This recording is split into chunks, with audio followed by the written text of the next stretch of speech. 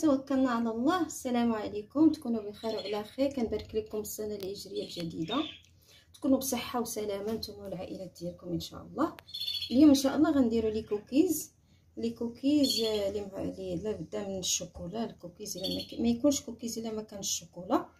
المقادير اللي غادي نحتاجو: عندنا كاس واحد ديال الزبده دايبه، يمكن ديروا نص ما بين الزيت والزبده.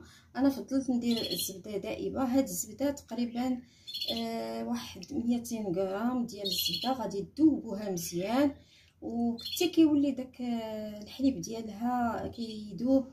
نتوما كتشوفوا كيولي اللون ديالها، يعني كتكون اللون ديالها تبدل. غنحتاجو تما نصف كاس ديال السكر حبيبات، وغنحتاجو فاني 2 بيضات و3 الكيسان ديال الدقيق مغربلين مصايبين. عندي هنا الشوكولا اللي غادي نستعملو، يا اما كتستعملوا الشوكولا بالحليب اما لونوار، هذه سوداء ماشي بالحليب. بالنسبه على حسب الشهوه ديالكم والرغبه شنو بغيتو ديروا، ممكن ديروا اي نوع ديال الشوكولا. عندنا هنا ملعقه صغيره من بيكنج بودر، كتبدلوا الخميره بهذا البيكنج بودر لان هي اللي كتجي في لي كوكيز مزيان. غنبداو على بركه الله. بالنسبه لهذا الدقيق ضفنا له واحد الحبه ديال الملح. غنقولوا على بركه الله. كناخذوا هاد الزبده هذه اللي سخونه مزيان، هذه كتحرق، كناخذوها وكنديروها في واحد الصحن بحال هكا، وكنكبوا عليها السكر وكنخليوه حتى كيذوب. نبقاو نحركوا فيه حتى كيذوب مزيان.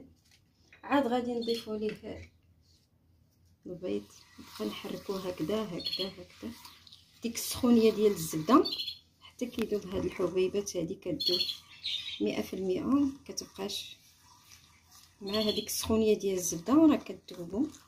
يمكن ديروا نص كما قلت لكم، نص كاس زيت ونص كاس ديال الزبده، كل واحد على حسب الرغبه ديالو. كنبقاو بحال هكا كنحركو مزيان حتى كيذوب لينا هذا السكر وكتبرد عندنا شويه هاد الزبده هذه، حيت كما قلت لكم راها سخونه. ندوبو هكذا حتى كنحسوا بان الزبده صافي راها بدات كتستعدل شويه. غادي ناخذوا هاد لافاني وغادي نضيفوها وحنا كنحركو.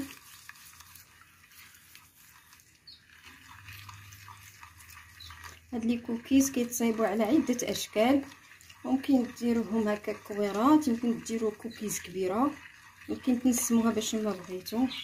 لي كوكيز كيجيو زوينين مع الشوكولا، كيجيو هائلين. كنشوفوا هاد الزبده الا ذابت غادي نضيفوا البيض ان شاء الله، لان ما يمكنناش نضيفوا البيض والزبده سخونه، خصها كتبرد شويه. عاد غادي نضيفوا البيض. ملي كتستعدل عندنا الزبده كنحسوا بانها صافي بردات، كنضيفوا البيض وكنخلطوا بحال هكا. من بعد غادي نضيفوا الدقيق كما قلت لكم. عندنا هنا 3 الكيسان وغادي نستعمل يدي باش غادي نعجن. نبقاو غاديين حتى كنخلطوا، كنوضعوا نصف الكميه وكنبقاو نخلطوا بحال هكذا. هاد العجين ملي غادي نعجنوه فغادي خصنا نخليوه في الثلاجه واحد المده ديال الساعه. عاد كنديروا به كويرات.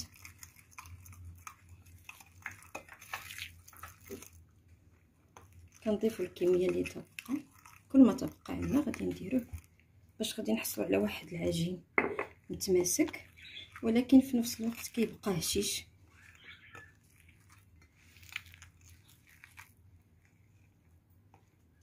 الكوكيز هادو معروفين عالميا، كيكون يا اما الحجم كديروه كبير يا اما كديروهم على حسب الشهوه ديال كل واحد، يا اما كيجي قطعه كبيره.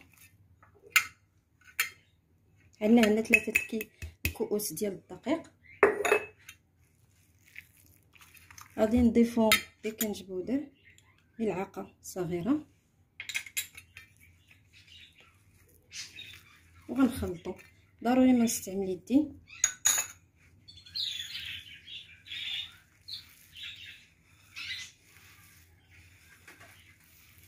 يمكن تضيفوا الشوكولا غبره باش كتعطيوها لون اسود. الا بغيتو تخليوها هكذا كتخليوها لون عادي، لان مازال غادي ندخلو فيها الشوكولا. بالنسبه للشوكولا فاحنا كنديروها في الثلاجه في المجمد، كتبقى شويه شاده في راسها. لي كوكيز معروفين هما الشوكولا، اي شوكولا عندكم كديروها، ضروري ما كتكون عامره بالشوكولا. كتخلطوا الجميع وغادي نديروهم في الثلاجه، نخليوها حتى كتبرد واحد المده ديال ساعه. كما كاينه واحد القضيه واحده اخرى، هي انكم ممكن تعجنوهم وتصايبوهم وتخليوهم عندكم في المجمد. نهار اللي كتبغيوهم كتجبدوهم وكتديروهم يطيبوا، كيبقاو قد ما بغيتو جاهزين في البلاستيك الغذائي اولا في شي علبه، وكتخليوهم في المجمد عندكم. نهار اللي كتبغيوهم كتلقاوهم واجدين كتجبدوهم وكطيبوهم. حنا غنديرو هاد العجين هذا غادي نديروه في الثلاجه وغنخليه واحد لمده ساعه حد نرجعو نصايبوه ان شاء الله. بعد ما خلينا العجين اللي صايبنا مده ديال ساعه في الثلاجه تبرد مزيان، نتوما كتشوفوا الشوكولات راه بارد، كنبقاو كناخذو نديرو كويرات. نتوما كتشوفوا راه بارده مزيان، كنديرو بحال هكا كويرات في راحه اليد بحال هكا. اولا كتكون عندكم معلقه دائريه كتبقاو تصايبوا بها. بالنسبه لهاد لي كوكيز راه كيكونوا في حجم كبير، وكنفضل انا تعطيوه للدراري هما اللي يصايب لكم الكويرات، لان عزيزين عليهم لي كوكيز فما غيديرهم كبار. كما ان بامكانكم طيبوهم قطعه واحده، كيجيو على شكل كيك، كيجيو زوينين. وما قد ما كبرتوهم كيجيو مزيانين، وكتبقى لكم اختيار نتوما ديروا اللي يعجبكم. انا هذا هو الشكل اللي غادي نعطيهم، كويرات تقريبا على قد مشماشه كبيره. قد ما كان فيهم الشوكولا مزيانه وكثيره كتجي احسن. ملي كديروا فيهم الشوكولاته غبره كيبدل لهم اللون، كيجي اللون ديالهم بني. نبقاو مستمرين. من بعد غادي نشعلوا الفرن نسخنوه وغادي نديروهم يطيبوا. دائما الكويرات يكونوا شويه مبعدين على بعضياتهم، لانهم غادي كتعرفوا العجين ديال الصابلي كتكون فيهم الزبده كثيره، غادي يسيح شويه ويهبطوا. داكشي علاش خصهم يكونوا متباعدين.